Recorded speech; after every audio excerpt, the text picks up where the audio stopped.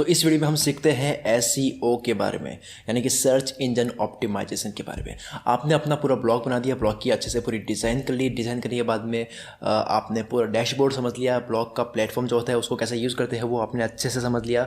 तो और उसके बाद में ब्लॉग पूरा डिज़ाइन हो गया, डैशबोर्ड समझ लिया। उसके बाद में हमने सीखा कि डोमेन को कैसे कनेक्ट करते हैं ब्लॉग स्पॉट से। तो आपके पास डोमेन भी हो चुका है, ब्लॉग पूरा रेडी है आपके पास में, बस ज़रूरत है उस ब्लॉग पे काम करने की, यानी कि आपको अपने ब्लॉग के लिए अब पोस्ट लिखनी है, आर्टिकल्स लिखने हैं, उस ब्लॉग को भरना है। तो उससे पहले आपको एसईओ आना बहुत ज़रूरी है, क्योंकि बिना एसईओ को समझे आप अच्छी पोस्ट नहीं लिख सकते।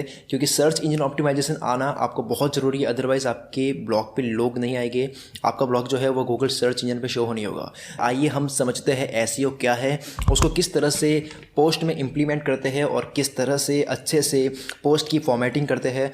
और उसके बाद में मैं आपको अच्छे से पूरा कंप्लीट बताऊंगा, पूरी जो आपके ब्लॉग पे ट्रैफिक आता है, मतलब विजिटर से जो है आपके ब्लॉग को पढ़ने वाले लोग जो है वो कहाँ से आएंगे, कैसे आपके ब्लॉग की मार्केटिंग करे वगैरह, वो सब कुछ एसईओ इस टॉपिक में कन्वर्ट करेंगे, एसईओ एंड मार्केटिंग वाले लेसन में। तो आइए शुरू करते हैं इस लेसन को। तो सबसे पहले हम समझते हैं कि एसईओ क्या है, इसकी डेफिनेशन क्या है।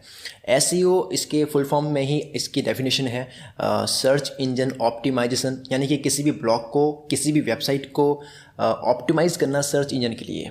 यानी कि इसको और आसान भाषा में समझाओ तो वो ये है कि आपका ब्लॉग है या वेबसाइट है, अभी के लिए ब्लॉग है तो ब्लॉग की बात करते हैं। तो आपका ब्लॉग जो है उसको इस तरह से रेडी करना, उसको इस तरह से ऑप्टिमाइज़ करना कि वो सर्च इंजन में आए, सर्च इंजन के लिए उसको ऑप्टिमाइज़ करना ताकि वो सर्च इंजन में आए। यानी कि कोई भी गूगल पे अगर सर्च करता है तो आपका जो ब्लॉग है, आपने जो भी आर्टिकल लिखे हैं वहाँ पे शो हो, ताकि लोग वहाँ पे क्लिक करेंगे तो आपके ब्लॉग पे लोग आए और उससे आपकी कमाई हो। जहाँ ब्लॉग पे ट्रैफिक आता है, जहाँ ब्लॉग पे विजिटर्स आते हैं, वहाँ से आपकी इनकम स्टार्ट होती है, वहाँ से कमाई स्टार्ट होती है। तो कमाई से पहले हमें ऑब्वियस सी बात है, पहले ये पता करना होता है कि आपकी ऑडियंस कैसे बनेगी, कैसे आपके ब्लॉग पे ट्रैफिक आएगा। क्योंकि जैसे आपने कोई दुकान खोली है, किसी ने भी कोई दुकान खोली है, तो दुकान खोलने के बाद में कमाई कैसी होगी उससे पहले ये तय किया जाता है कि लोग कहाँ से आएंगे और लोग जो है कि वो कौन से कैटेगरी के होंगे, कौन आपका प्रोडक्ट खरीदेगा वगैरह, वो बहुत सारी चीज़ें होती है। उसी तरीके से ब्लॉग का भी ये डिसाइड किया जाता है कि जो आपने ब्लॉग बनाए हैं, जो आप आर्टिकल लिख रहे हो और उससे आपकी कमाई हो, उससे पहले आपके आर्टिकल को पढ़ने के लिए लोग आए।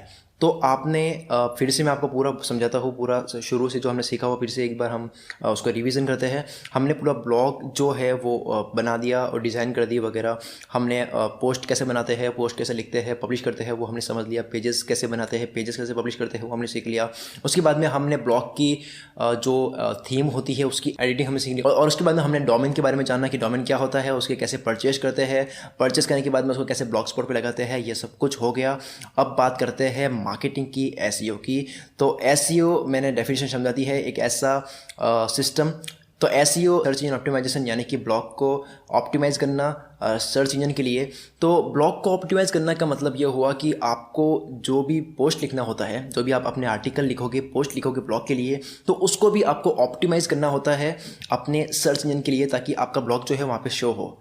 यानी कि ऑप्टिमाइज़ का मतलब होता है कि आप आर्टिकल लिख रहे हो तो आपको कुछ बातें ध्यान में रखनी होती है, कुछ आपके पोस्ट को इस तरह से लिखनी होती है, उसका स्ट्रक्चर कुछ इस तरह से बनाना होता है कि वो सर्च इंजन के लिए अच्छा हो और वो सर्च इंजन में आपका इंडेक्स हो जाए, वहाँ पे आपकी रैंक हो जाए। अब हम समझते हैं कुछ डेफिनेशन। एसईओ के अंदर कुछ ऐसे वर्ड है जो मैं यूज़ करूँगा तो आप कन्फ्यूज़ हो जाओगे, इसलिए मैं पहले ही समझा देता हूँ कि रैंक का मतलब होता है कि जैसे ही गूगल पे कोई भी आप सर्च करते हो तो जितने भी रिजल्ट शो हो रहे हैं, तो वो रिजल्ट इसलिए शो हो रहे हैं क्योंकि उनके आर्टिकल रैंक कर गए। जैसे कि अगर मैंने कोई आर्टिकल लिखा और वो आर्टिकल गूगल पे आना शुरू हो गया, कोई भी अगर उस आर्टिकल के बारे में कोई भी सर्च कर रहा है तो वो आर्टिकल गूगल पे आता है, तो मैं बोलूँगा कि मेरा आर्टिकल रैंक हो गया गूगल के अंदर। यानी कि आपको प्रैक्टिस करनी है, आपको जो कोशिश करनी है वो हमेशा ये करनी होती है कि आपका आर्टिकल गूगल पे रैंक हो जाए। उसी वजह से हम एसईओ सीखते हैं। एसईओ सीखने की वजह ये होती है कि आपका आर्टिकल हमेशा रैंक करे, रैंक करेगा तभी लोग सर्च करेंगे, तो उनके सामने वो रिजल्ट शो होंगे, तभी आपकी वेबसाइट पे लोग आएंगे। यानी कि एसईओ का ले दे के यही मतलब होता है कि आपको अपने आर्टिकल को इस तरह से लिखना है, इस तरह से ऑप्टिमाइज़ करना है सर्च इंजन के लिए, ताकि वो उसके चांसेस और ज़्यादा बढ़ जाए, ताकि गूगल उसको सबमिट करे, ताकि आपका जो आर्टिकल है वो रैंक हो।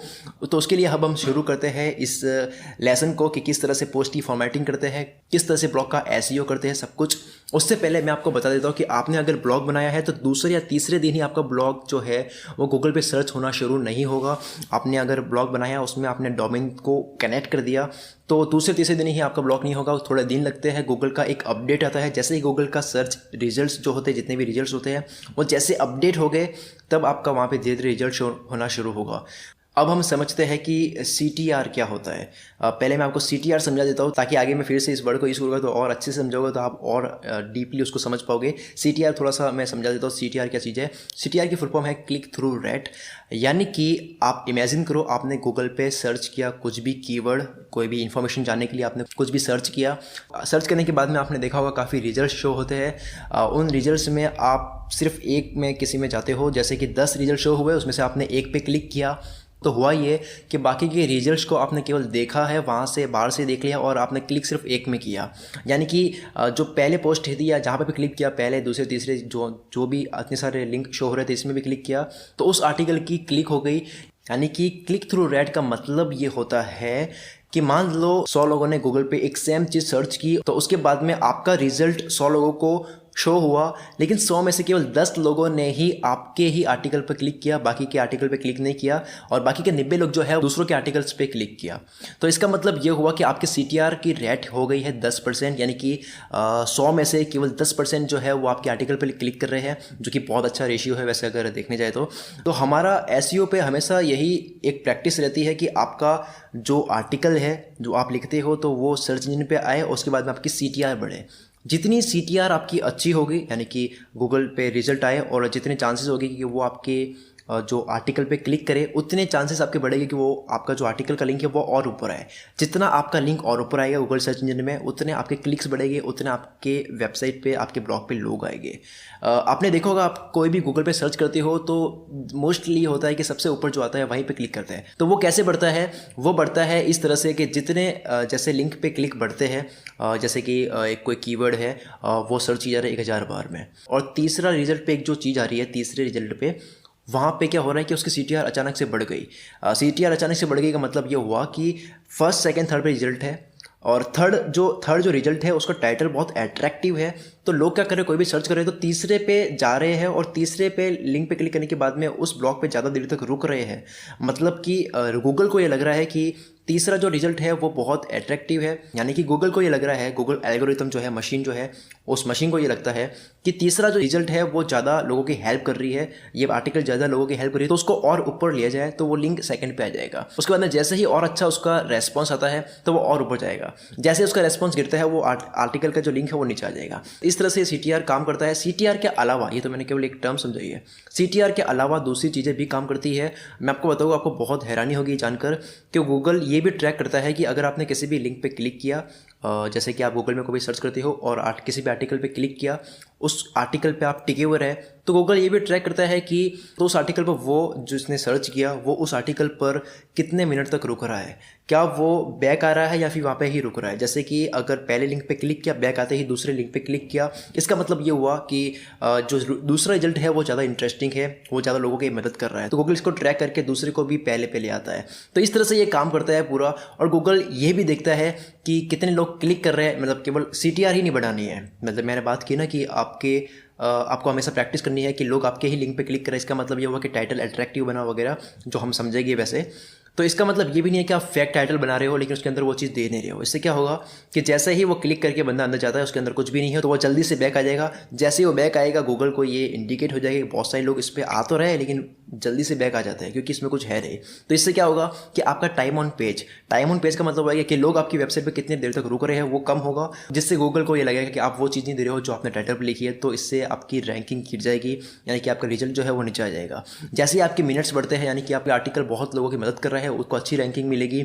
उसके बाद में एक बाउंस रेट है। बाउंस रेट का मतलब होता है कि कितने लोग आ रहे हैं और बाउंस हो रहा है। जैसे कि लोग गूगल पे सर्च कर रहे हैं और आपके लिंक पे क्लिक करके आपके आर्टिकल में जाते हैं, लेकिन आपके आर्टिकल में कुछ मिल नहीं रहा है, तो हो सकता है कि आपकी वेबसाइट बहुत स्लो खुल रही है। तो स्लो खुलने की वजह से लोग क्या कर रहे हैं कि वेट ना करके बैक आ रहे हैं, तो उससे आपकी बाउंस रेट बढ़ रही है। तो ये इसको कहिए बाउंस रेट, यानी कि वेबसाइट बिना खुले ही, बिना ज़्यादा देखे ही सीधा उसी वक्त पीछे आ जाना, उसी वक्त बैक बटन प्रेस कर देना। तो इससे भी गूगल जो है वो ट्रैक करता है कि यानी कि इसमें कुछ ऐसा इंटरेस्टिंग नहीं है जो यूज़र को चाहिए। तो ये बहुत सारी चीज़ें हैं जो मैटर करती है गूगल सर्च इंजन में आने के लिए। इसके लिए क्या होता है, जैसे कि ये बाउंस रेट आपको कम करनी है, कम करने का मतलब पॉजिटिव रिजल्ट है, जितनी बाउंस रेट अच्छी होगी उतना अच्छा है। तो उसके लिए आपको अपने ब्लॉग की जो स्पीड है वो बढ़ा के रखनी है। और एक अच्छे की बात बताऊँ आपको, आपने गूगल ब्लॉगस्पॉट जो चूज़ किया है उसकी स्पीड बहुत तेज़ होती है, इसका सर्वर कभी भी डाउन नहीं होता है। तो आपको स्पीड की तो चिंता करने की बिल्कुल ज़रूरत नहीं है। और इसके साथ में गूगल ये भी ट्रैक करता है कि कितने लोग आपके आर्टिकल पे आ रहे हैं और उनमें से कितने लोग ऐसे हैं जो आपके आर्टिकल को पढ़ने के बाद में सोशल साइट पर शेयर कर रहे हैं। मतलब आपके पोस्ट के अगर सोशल साइट्स जो शेयर्स है वो बढ़ते हैं, मतलब नंबर्स ऑफ शेयर्स बढ़ते हैं आपके आर्टिकल के, बहुत लोग आपके आर्टिकल्स को यहाँ वहाँ शेयर कर रहे हैं सोशल साइट पे, तो इसके भी चांसेस बढ़ते हैं कि आपकी रैंकिंग इससे बढ़े। और इसके अलावा बहुत सी ऐसी चीज़ें हैं जिससे आपकी रैंकिंग बढ़ती है, जैसे कि अगर आपकी पोस्ट की कमेंट बढ़ती है, यानी कि जैसा मैंने बताया कि गूगल ये भी देखता है कि कितने मिनट तक एक यूज़र आपके आर्टिकल पर रुका है। तो अगर वो बंदा कमेंट करेगा तो ऑब्वियस सी बात है, कमेंट करेगा तो उसके टाइम ऑन पेज बढ़ेगा, यानी कि वो ज़्यादा देर तक रुके उसके चांसेस बढ़ेंगे। और जब कमेंट बहुत ज़्यादा बढ़ जाती है पोस्ट पे तो टेक्स्ट भी बढ़ता है, और जितना ज़्यादा टेक्स्ट होता है पोस्ट के अंदर उतने चांसेस होता है कि वो आपकी रैंक करे। उसके पीछे के बहुत सारे रीजंस होते हैं। ये एक सेंस वाली बात है कि अगर टेक्स्ट ज़्यादा हो गई तो क्यों रैंक करेगी। अब मान लो कोई एक आर्टिकल है, कोई एक पोस्ट है, उसके अंदर 1000 वर्ड्स है, आपने 1000 वर्ड्स का पोस्ट लिखा, तो आपके चांसेस ज़्यादा होगा कि वो गूगल पर रैंक हो, क्योंकि 1000 वर्ड्स में न जाने कितने कीवर्ड ऐसे हो गए, न जाने कितनी चीज़ें आपने ऐसे लिखी होगी, कितने वर्ड लिखे होंगे उसके अंदर, जो उससे रिलेटेड कुछ भी गूगल पे सर्च होगा तो चांसेस होगा कि वो पोस्ट वहाँ रैंक हो। जैसे जितनी कम बातें आप लिखोगे अपने ब्लॉग पे, अपने ब्लॉग के पोस्ट में, जितने कम वर्ड्स आप अपने पोस्ट पे रखोगे उतने कम चांसेस उसके होंगे कि वो गूगल पे सर्च हो, क्योंकि वर्ड्स कम है। जैसे ही कोई गूगल पे सर्च करता है तो वो टेक्स्ट में सर्च करता है, गूगल मशीन जो है वो टेक्स्ट में समझती है, तो आपके अंदर, आपके पोस्ट के अंदर जितना टेक्स्ट होगा उसके अकॉर्डिंग वो समझेगी। तो जितने ज़्यादा टेक्स्ट हो गया आपकी पोस्ट में उतने चांसेस हो गए कि उतने ही ज़्यादा कीवर्ड्स है, उतने ही ज़्यादा अलग अलग कीवर्ड से वो आपकी पोस्ट जो है वो रैंक हो। तो इन सब का मतलब क्या हुआ, मतलब ये जो बातें मैंने बोल रहा हूँ, जैसे बाउंस रेट मैंने बताया कि बाउंस रेट अच्छी रखनी है, लोग आपकी वेबसाइट को छोड़े नहीं। उसके बारे में मैंने बताया कि CTR आपको अच्छी रखनी है, यानी कि क्लिक आपकी पोस्ट पे ज़्यादा करे वो आपको रखना है, और आपको टाइम ऑन पेज अच्छा रखना है। लोग आपके पोस्ट को ज़्यादा शेयर करेंगे तो वो भी गूगल सर्च इंजन रैंकिंग के लिए अच्छा है। उसके बाद में मैंने बताया कि लोग आपकी कमेंट करें, यानी कि वो भी अच्छा है, वो भी आपके सर्च इंजन रैंकिंग के लिए अच्छा है। इसका मतलब ये हुआ, इस पूरे का मतलब एक मीनिंग निकल के आती है, वो है कि अगर आपका आर्टिकल अच्छा हुआ, मतलब आप अगर मेरी बातों को अच्छे से समझ रहे होगे तो उसका मतलब ये निकल रहा है कि अगर आपका आर्टिकल अच्छा हुआ तो आपको गूगल की सर्च इंजन रैंकिंग मिलेगी, आपका आर्टिकल गूगल पे रैंक होगा। अगर आपका आर्टिकल अच्छा है, अगर आपका ब्लॉग अच्छा है तो लोग आपके ब्लॉग पे टिकेंगे, बाउंस रेट अच्छी होगी और लोग उसको शेयर करेंगे, लोग उसमें कमेंट करेंगे। अच्छा हुआ तो इसका मतलब ये हुआ कि आपके टेक्स्ट भी ज़्यादा होगी, आपने उसको अच्छे से एक्सप्लेन किया होगा। अच्छा होगा तो लोग आपके ब्लॉग पे ज़्यादा देर तक रुकेंगे, टाइम ऑन पेज अच्छा होगा। तो ये सब चीज़ें जो है कनेक्ट कर जाती है। गूगल ने बहुत बारीकी से, समझदारी से अपना सर्च इंजन ऐसा बनाया है कि उसका बिहेवियर, जो सर्च इंजन पे जो भी सर्च करते हैं उसका बिहेवियर अच्छे से एनालाइज करके वो ये समझते हैं कि उसको वो आर्टिकल पसंद आ रहा है या नहीं आ रहा है, उसके अकॉर्डिंग वो चलते हैं। पूरी मशीन जो है वो प्रोग्राम की गई है। और उसके बाद में गूगल ये भी देखता है कि जो ब्लॉगर है वो अच्छा आर्टिकल लिख रहा है या नहीं लिख रहा है, वो भी इससे पूरा इंडिकेट करते हैं, बाउंस रेट से, टाइम ऑन पेज से, कितने शेयर हुए, कितने कमेंट्स आए वगैरह। वो बहुत सारी चीज़ें हैं जो मैटर करती है, छोटी छोटी बहुत सारी चीज़ें हैं। तो वो सब चीज़ें क्या बताती है, वो सब चीज़ें बताती है कि अगर आप अपना आर्टिकल अच्छा लिखते हो, अगर आपका ब्लॉग अच्छा है तो लोग आपके ब्लॉग पर टिकेंगे। अब आपको एक लाइन बोलने वाला हो जो बहुत इंपॉर्टेंट है, आपको याद रखनी है हमेशा। आप आने वाले टाइम में एसईओ न जाने कितने जगहों से सीखोगे, कितने तरीक़ों से सीखोगे, और एसईओ अपने तरीके से भी सीखोगे, उसको पता नहीं कितने बुक्स और आर्टिकल से भी सीखोगे। एक लाइन आपको हमेशा ध्यान रखनी है, चाहे कितने भी सिस्टम बदल जाए, चाहे गूगल के कितने ही तरीके के अपडेट्स आ जाए, आपको एक बात हमेशा ध्यान में रखनी है कि आपको आर्टिकल यूजर्स के लिए लिखना है, गूगल के लिए नहीं लिखना है। आपको आर्टिकल गूगल के जो एल्गोरिथम है उसके अकॉर्डिंग नहीं लिखना है। ज़रूरी नहीं है कि मैंने बोला कि आपको टाइटल इस तरह से बनाना है कि लोग ज़्यादा क्लिक करें तो ज़बरदस्ती ही आप अच्छा बना रहे हो। आपको यूज़र के लिए लिखना है कि वो चीज़ यूज़र के लिए कितनी सही है।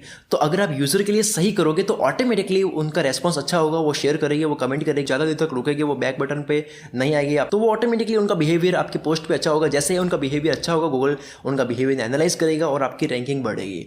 तो आपको क्या करना है, आपको ध्यान देना है अपने आर्टिकल पे, तो ले देखिए, मतलब मैंने आपको पूरा घुमा के एक चीज़ पे लाया है, वो है आपकी पोस्ट की फॉर्मेटिंग। अब हम समझते हैं कि पोस्ट की फॉर्मेटिंग कैसे करते हैं, पोस्ट को इस तरह से कैसे लिखे, अपना आर्टिकल इस तरह से कैसे बनाए, अपना कंटेंट इस तरह से कैसे बनाए कि वो सर्च इंजन में रैंक हो और आपकी रैंकिंग बढ़े, आपके ब्लॉग पे बहुत सारे लोग आए ताकि आप अच्छा कमा सको। अगर आपको कमाना नहीं है तो एटलीस्ट आपका ये तो डिज़ायर होगा ही कि आपके आर्टिकल को ज़्यादा से ज़्यादा लोग पढ़ें। फिर वो आपके ऊपर है कि आप उससे अर्निंग करना चाहते हो या फिर आप केवल लिख कर लोगों को अपना जो भी आर्ट है, जो भी आपके थॉट्स है, वो केवल शेयर ही करना चाहते हो। It's all up to you. तो अभी के लिए हम सीखते हैं पोस्ट की फॉर्मेटिंग, कैसे आर्टिकल लिखे उस तरह से, कैसे कंटेंट बनाए उस तरह से ताकि वो गूगल पे सर्च हो तो आपका ब्लॉग वहाँ पे आ जाए, आपको सर्च इंजन रैंकिंग मिल जाए। तो जब हमने ब्लॉग बनाया था, ब्लॉग बनाने के बाद में हमने फर्स्ट पोस्ट पब्लिश किया था, तो उस फर्स्ट पोस्ट में हमने केवल बहुत बेसिक लेवल का जाना था कि किस तरह से आर्टिकल लिखते हैं, उसको पब्लिश करते हैं, इमेज ऐड करते हैं। तो अब हम समझेंगे कि किस तरह से ऐसा पोस्ट लिखे। फॉर्मेटिंग तो हमने पहले भी समझ ली थी अच्छे से, लेकिन अब हम समझ रहे कि किस तरह से आर्टिकल जो आप लिखते हो, पोस्ट जो लिखते हो ब्लॉग स्पॉट में, ब्लॉगर में, गूगल ब्लॉगर में, तो उसमें किस तरह से ऐसा लिखे कि वो गूगल सर्च इंजन के लिए अच्छा हो। तो आइए अब हम फाइनली सीखते हैं कि किस तरह से पोस्ट बनाए गूगल सर्च इंजन के लिए, यानी कि यूज़र्स के लिए, ताकि वो गूगल सर्च इंजन में रैंक हो। तो उससे पहले मैं थोड़ा सा आपको समझाना चाहूँगा पोस्ट के आइडियाज़ के बारे में। वो बहुत छोटा है, मतलब शॉर्ट में ही आपको समझा दूंगा, जो आप समझ जाओगे। वो ये है कि आपको जब आप पोस्ट लिखना शुरू करोगे तो आपको कहीं ना कहीं ये होगा कि यार मैं पोस्ट कौन से टॉपिक पे लिखूँ। वैसे तो मैंने ब्लॉग बनाने से पहले टॉपिक्स पे डिस्कशन किया था कि टॉपिक्स कैसे डिसाइड करें, अपना ब्लॉग कौन से टॉपिक पे बनाना है वो कैसे डिसाइड करें, लेकिन जिसमें मैंने बताया था कि आपको टॉपिक वही चूज करना है जिसमें आपके आइडियाज़ हमेशा आपको मिलते रहे। मतलब आप उस चीज़ में इतना लिख सकते हो कि आपको रुकना ना पड़े, आपको इंतजार ना करना पड़े कि आप मैं कौन से टॉपिक पर आर्टिकल लिखूँ, कौन से टॉपिक पर पोस्ट लिखूँ। आप मतलब फटाक से आप जैसे ही बैठे हो और फटाक से आप कोई भी आर्टिकल लिख सको, मतलब आपके दिमाग में फटाफट से कोई भी आइडियाज़ आ गए। तो वो कैसे पॉसिबल होगा? वो उसी तरह से पॉसिबल होगा जब आपने उस टॉपिक पर ब्लॉग बनाया होगा जो टॉपिक आपके लिए सही है। इसके बारे में अच्छे से डिस्कशन वैसे हमने कर लिया था ब्लॉग के टॉपिक के बारे में। तो अभी फ़िलहाल और आपको अच्छे से कुछ टिप्स आपको मैं दे देता हूँ जो मैं यूज़ करता था अपने ब्लॉग के टॉपिक को ढूंढने के लिए और अभी भी यूज़ करता हूँ। तो वो कुछ इस तरह से है कि आपको क्या करना होगा, आपको पहले वो ब्लॉग्स ढूंढने होंगे जिस टॉपिक पर आपने ब्लॉग बनाया है। तो उसके लिए आपको क्या करना होगा, आपको गूगल पे कुछ भी नहीं करना है, बस सिंपल सा आपको सर्च करना है उसकी लिस्ट। फॉर एग्जांपल आपका हेल्थ का ब्लॉग है तो आपको गूगल पे सर्च करना है हेल्थ ब्लॉग्स लिस्ट। तो आप जैसे ही सर्च करोगे देख सकते हैं, जैसे मैंने कुछ भी रैंडमली भी सर्च किया फिर भी ये रिजल्ट आ गया। अगर आप मोटिवेशनल की लिस्ट सर्च करते हो, अगर आपका ब्लॉग किसी और टॉपिक पर है, बिजनेस पे है, तो बिजनेस ब्लॉग्स लिस्ट, कुछ भी, मतलब आपकी लिस्ट आपको सर्च करनी है। मतलब आपको ये देखना है कि आपने जिस टॉपिक पर ब्लॉग बनाए हैं उसी टॉपिक पर और कितने ब्लॉग्स हैं, ताकि उन ब्लॉग्स को आप स्टडी कर सको, उनके बारे में आप अच्छे से जान सको, अच्छे से मतलब स्टडी कर सको। जैसे कि आप देख सकते हो कि पहले रिजल्ट में दिख रहा है 60 must read health and fitness happiness blogs, पूरे 60 ऐसे ब्लॉग्स जो हेल्थ पे और फिटनेस पे बने हुए हैं। यानी आप जैसे ही गूगल पे सर्च करोगे लिस्ट किसी भी ब्लॉग की, कितने ऐसे ब्लॉग बने हुए हैं, तो उनको आप खोलो, उनको पढ़ो। हो सके तो उस ब्लॉग का जो भी ब्लॉगर है, जो आर्टिकल उसके लिए लिख रहा है, उनसे कांटेक्ट करने की कोशिश करो, उनसे कुछ भी सीखो, सवाल करो। लकीली अगर आपको रेस्पॉन्स मिल गया, वैसे तो रेस्पॉन्स मिल जाता है अगर आप अच्छे से पूछते हो कोई भी बात, अगर आपको रेस्पॉन्स मिल गया तो आपकी काफ़ी हेल्प हो सकती है उस ब्लॉगर से। मे बी आपका एंगेजमेंट जो है वो बढ़ जाए और वो आपका दोस्त बन जाए। इसके बाद में एक और चीज़ है जो आप कर सकते हो, है मैगजीन पढ़ो, बुक्स पढ़ो। अमेज़ॉन पे ऐसे काफ़ी बुक्स हैं जो आप पढ़ सकते हो, मतलब हर टॉपिक पे बुक लिखी गई है जो ऑनलाइन अपलोड है।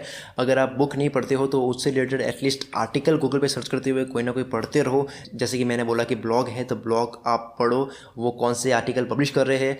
हो सके तो उनके ब्लॉग पे आप अपनी ईमेल डाल के उस न्यूज़ लेटर को सब्सक्राइब कर लो, ताकि वो जो भी न्यू ब्लॉग पब्लिश करेगा तो आपको उसका ईमेल आ जाए और आप उसके बारे में पढ़ते रहो। अगर आप हार्ड बुक नहीं भी पढ़ते हो तब भी आप अमेज़ॉन किंडल से ऑनलाइन भी काफ़ी बुक्स पढ़ सकते हो। और कोशिश करो कि आपने जिस टॉपिक पर ब्लॉग बनाया है आपको उसके बारे में बहुत ज़्यादा पता हो और आपको उसके बारे में हमेशा कुछ ना कुछ नया पता चलता ही रहे, क्योंकि एक टाइम ऐसा ज़रूर आएगा जब आपको जितना पता है वो सब कुछ खाली हो जाएगा। मतलब आपको जो कुछ भी पता है वो आप एक साल तक ब्लॉगिंग करोगे तो वो कहीं ना कहीं खाली होना ही है। आपको हमेशा अपने आप को इम्प्रूव करना है ताकि आप भी नए नए पोस्ट ला सको, नए नए आर्टिकल लिख सको टॉपिक्स पे। और उसके बाद में एक बात आपको ध्यान में रखनी है, जब आप पोस्ट के कोई भी आइडियाज़ लेते हो, कौन से पोस्ट पे, कौन से टॉपिक पर पोस्ट लिखो, तो आप कोशिश करो कि ट्रेंडिंग जो भी चल रहा है उस पर आप लिखो। अच्छे से समझो कि आजकल क्या ट्रेंड कर रहा है, उसके अकॉर्डिंग पोस्ट लिखो। इसके पीछे की साइंस ये है, एक तो वो ट्रेंड नया आया है तो उसमें क्या हुआ कि यूजर्स बहुत स्पीड से बढ़ रहे हैं उसमें, लेकिन उसके जो उस पर जो आर्टिकल लोगों ने लिखा है वो कम है। एक कोई नई बात होती है, वो अचानक मार्केट में आती है, तो उसके बारे में लिखने वाले बहुत कम है, लेकिन उसके बारे में सर्च करने वाले बहुत ज़्यादा है। इसका मतलब ये हुआ कि यहाँ पे बायर्स ज़्यादा है लेकिन सप्लायर्स कम है। आपने बायर्स और सप्लायर्स का वाला रूल्स पढ़ा होगा, तो आप ट्रेंडिंग टॉपिक पे लोगे तो इससे क्या होगा, आपको कम कंपटीशन फाइट करना होगा और ज़्यादा यूजर्स आप गेन कर लोगे। उसके बाद में अब हम फाइनली आते हैं पोस्ट कैसे लिखे एसईओ के लिए। हमने ये तय तो कर लिया कि पोस्ट, हमने ये तो समझ लिया है कि अपने जो पोस्ट होते हैं उसके आइडियाज़ कहाँ से ले। अब हम पोस्ट लिखते हैं गूगल एसईओ के लिए, सर्च इंजन ऑप्टिमाइजेशन के लिए। तो उसके लिए सबसे पहला जो है वो है अच्छी हेडिंग बनाओ, एक पावरफुल हेडिंग बनाओ। मैंने आपको पहले ही बताया था कि आपको CTR बढ़ानी होती है, क्लिक थ्रू रेट बढ़ानी होती है, यानी कि कोई भी गूगल पे सर्च करे तो चांसेस ज़्यादा होने ही चाहिए कि वो आपके टाइटल को देखकर ही पोस्ट के लिंक पर क्लिक करे।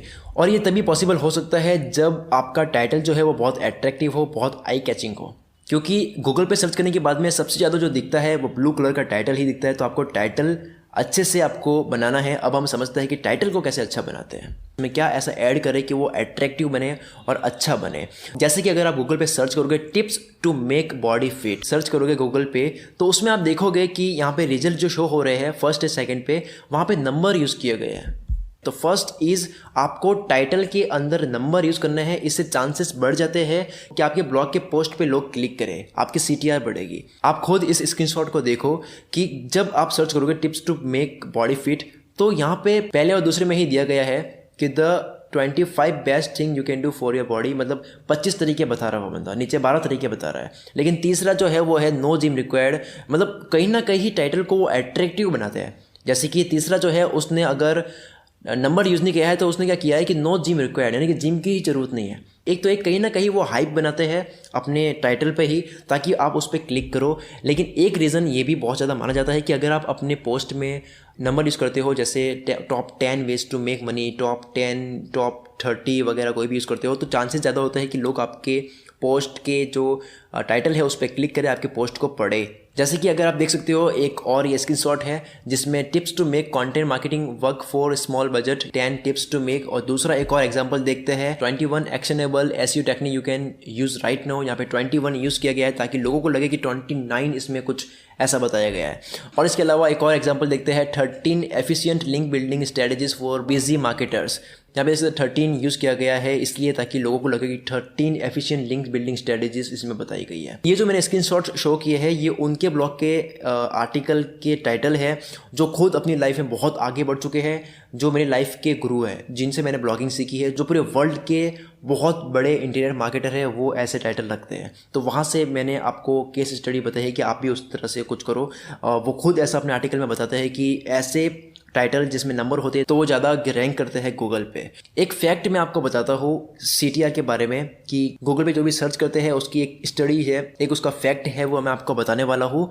3 मिलियन यानी कि 30 लाख हेडलाइन को एनालाइज करके यह ज्ञान हुआ, यह पता लगा है कि हेडिंग में ब्रैकेट का इस्तेमाल करने से 38% फ़ायदा होता है अगर आप अपनी हेडिंग में ब्रैकेट यूज़ करते हो। जैसे कि अगर आप देख सकते हो ये एक पोस्ट का टाइटल है, बैकलिंक ब्लॉग का, ये भी बहुत सक्सेसफुल ब्लॉग है जिसके ब्लॉगर है ब्रांडीन, बहुत बड़े ब्लॉगर है वो।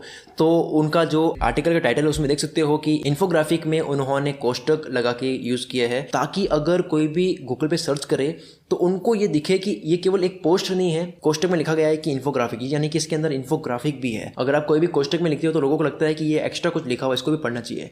तो उसको आप पढ़ते हो तो लोगों को लगता है कि ये केवल आर्टिकल ही, इसके अंदर वो भी है। जैसे अगर गूगल पे ये देख सकते हैं एक और रिजल्ट है, यहाँ पे विकी हाउ का जो आर्टिकल आपको दिख रहा है उसमें लिखा हुआ है विथ पिक्चर्स। लोगों को लगेगा कि ये केवल आर्टिकल नहीं है, इसमें पिक्चर्स के साथ में अच्छे से समझाया हुआ है, तो इस पर क्लिक करते हैं।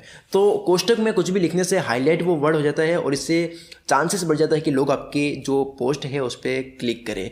तो ये था पूरा CTR का वर्क। इसके ही साथ में 2 और चीज़ आपको समझा देता हूँ, वो ये है, आप देख सकते हैं गूगल पे कोई भी सर्च करते हैं उसके बाद में 3 चीज़ें दिखती है, वो है टाइटल का तो हमने अच्छे से समझ लिया है, लेकिन 2 और चीज़ वो ये है, पहला तो है परमालिंक और दूसरा है डिस्क्रिप्शन।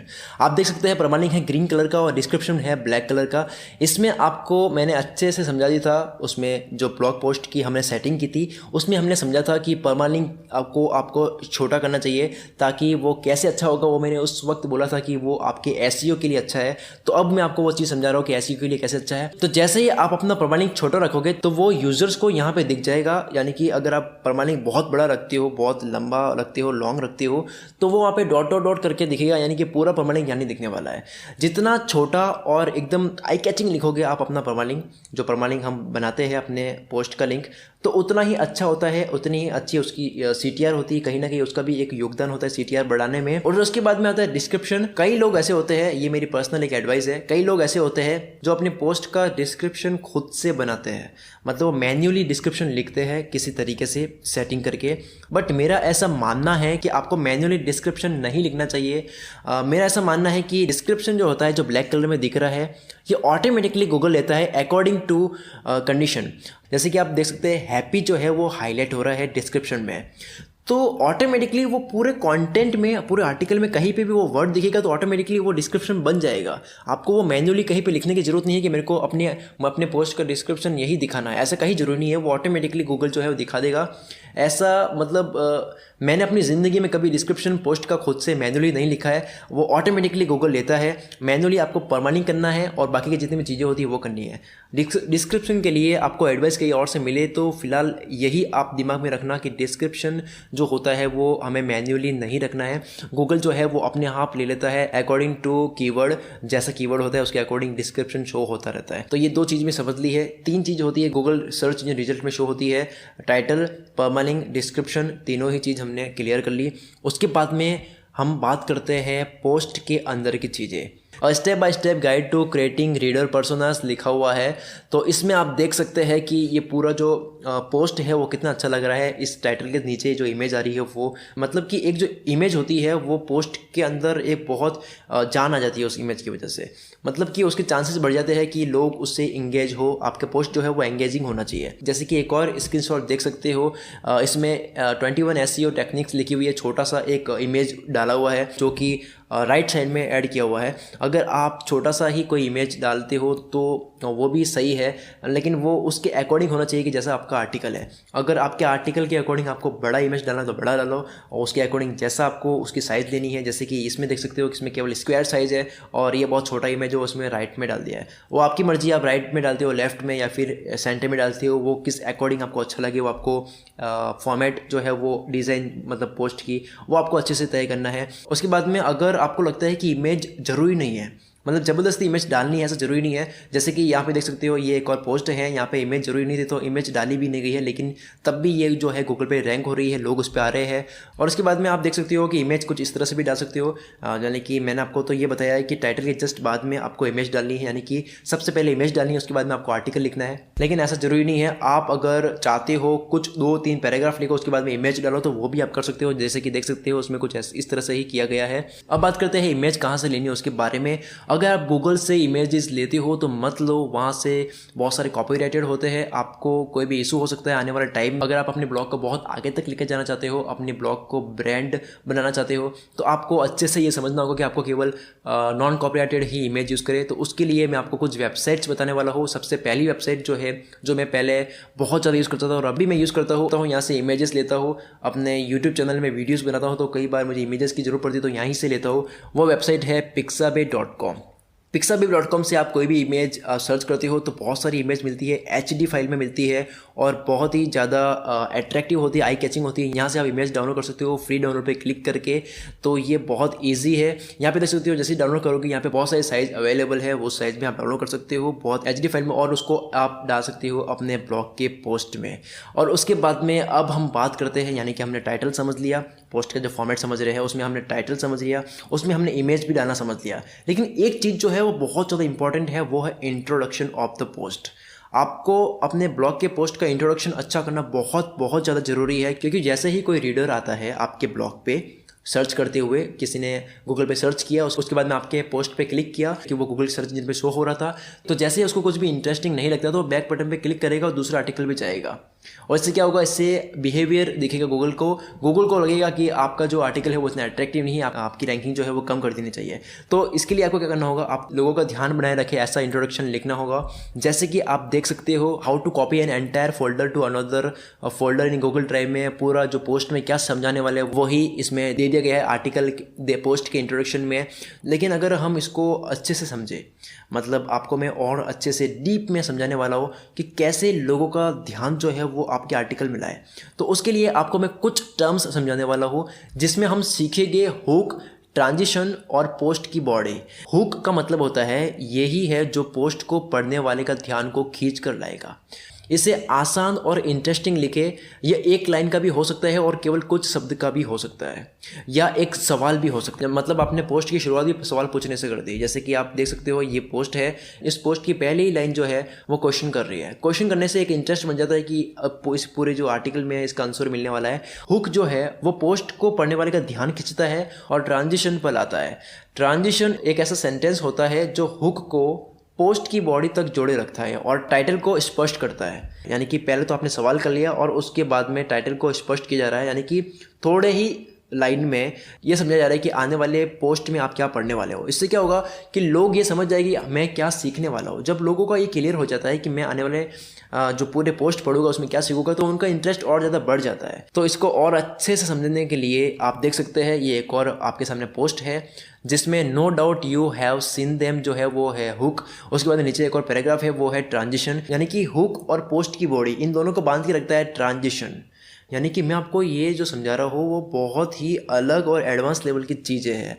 अगर आप इस तरह की चीज़ें सीख जाते हो, मतलब जिस तरीके से आर्टिकल लिखने की मैं बात कर रहा हूँ, इस तरीके से पोस्ट लिखना शुरू करते हो, तो आपके बहुत चांसेस हो जाएंगे कि लोग आपके पोस्ट को पढ़ें, लोग आपके पोस्ट को पूरा पढ़ें। यानी कि यही इंपॉर्टेंट नहीं है कि आपने अपने पोस्ट को रैंक करवा दिया और लोग उस पर आ रहे हैं लेकिन फिर भी पढ़ नहीं रहे और ऐसे ही बैक बटन पे क्लिक कर रहे हैं। इंपॉर्टेंट है कि लोग उसको पूरा पढ़े, और मतलब पहले शुरुआत ऐसी करें कि लोग पूरा पढ़े। उसके बाद में हम समझते हैं थेसिस।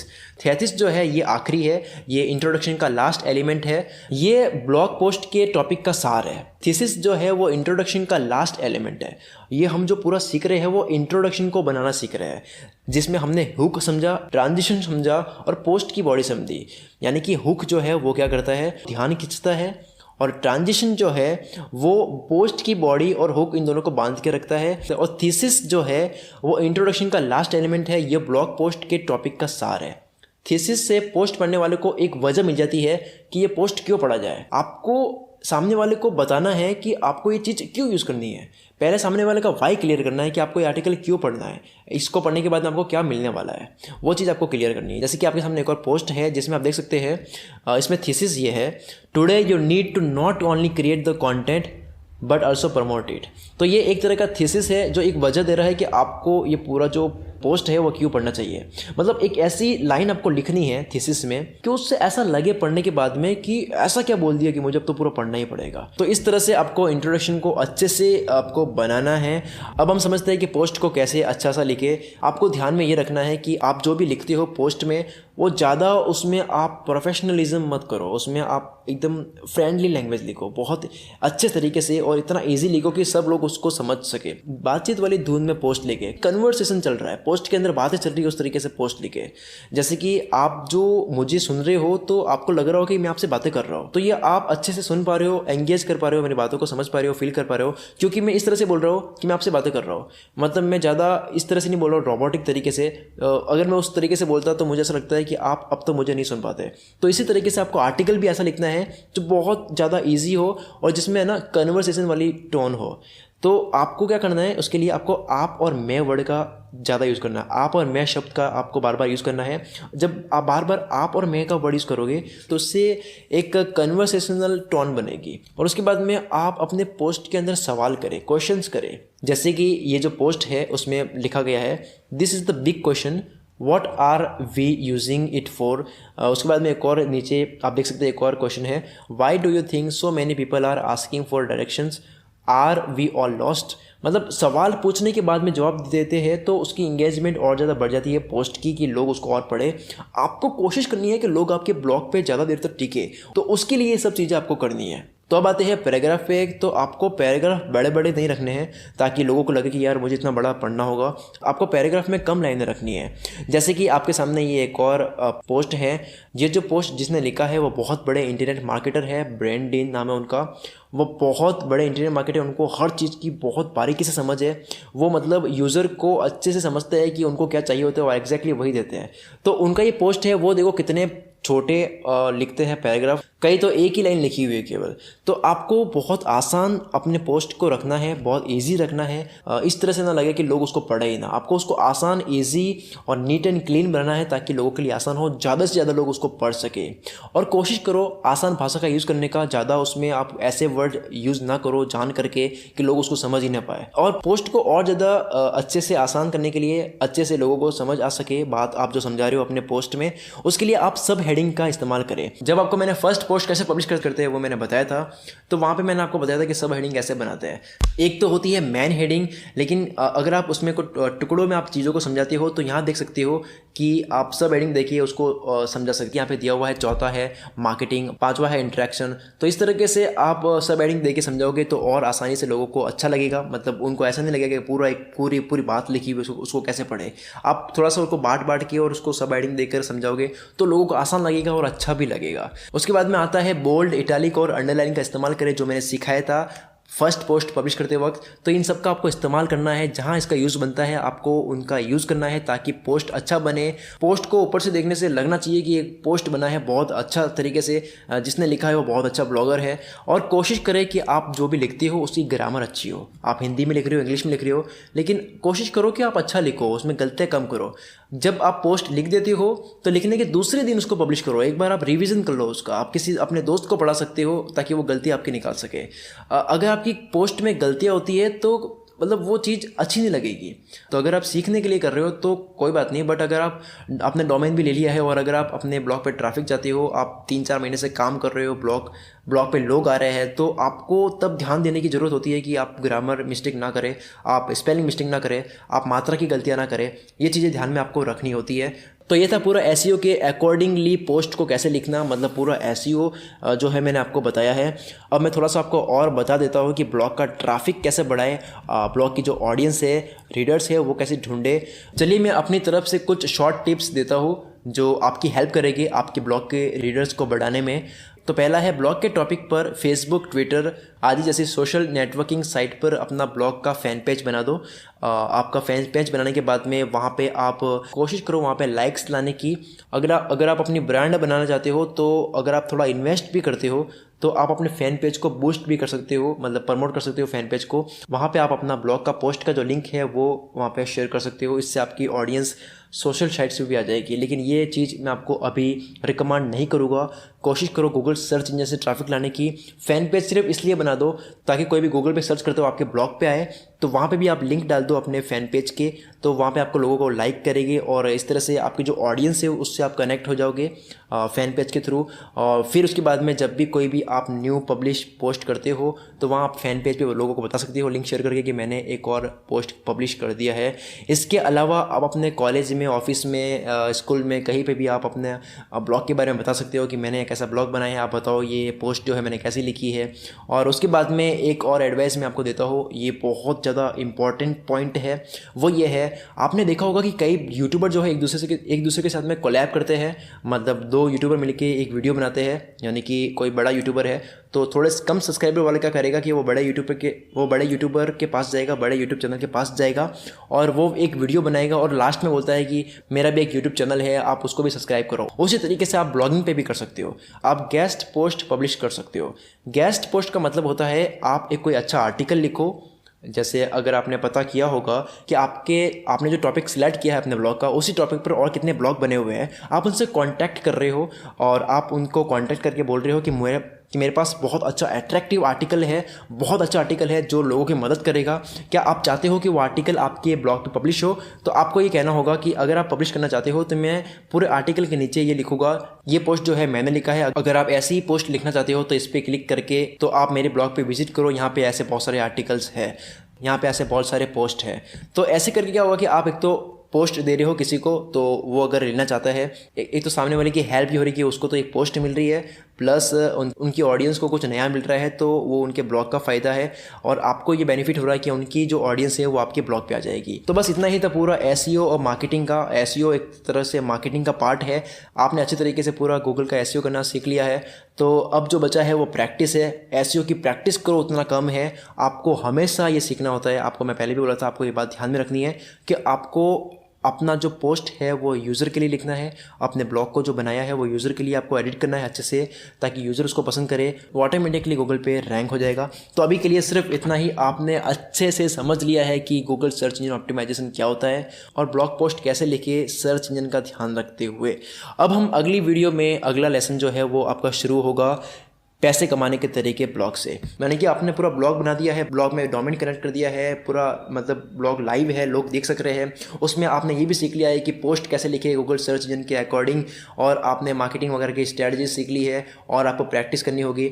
अब लास्ट में जो आता है, जिसके लिए ब्लॉग बनाया है आपने, मतलब लास्ट में एक स्टेप आता है, वो ये है कि पैसे कैसे कमाएं। मैं आपको एक एडवाइस देता हूँ, अगर आपने ब्लॉग बनाया है तो कुछ महीनों के लिए इनकम के बारे में मत सोचना। मैंने इस कोर्स में ये टॉपिक इसलिए ऐड किया है, ये लेसन इसलिए ऐड किया है क्योंकि कभी ना कभी तो आपको पैसे कमाने की जरूरत पड़ेगी ही। यानी कि आज से कुछ महीनों बाद में आपको ये फील होगा कि अब तो मुझे पैसे कमाना चाहिए अपने ब्लॉग से। वो कब आएगा? वो मोमेंट तब आएगा जब बहुत सारे लोग आपके ब्लॉग पे आना शुरू करेंगे। तो उसके लिए मैंने समझा दिया है कि लोग कैसे आपके ब्लॉग पे आएंगे।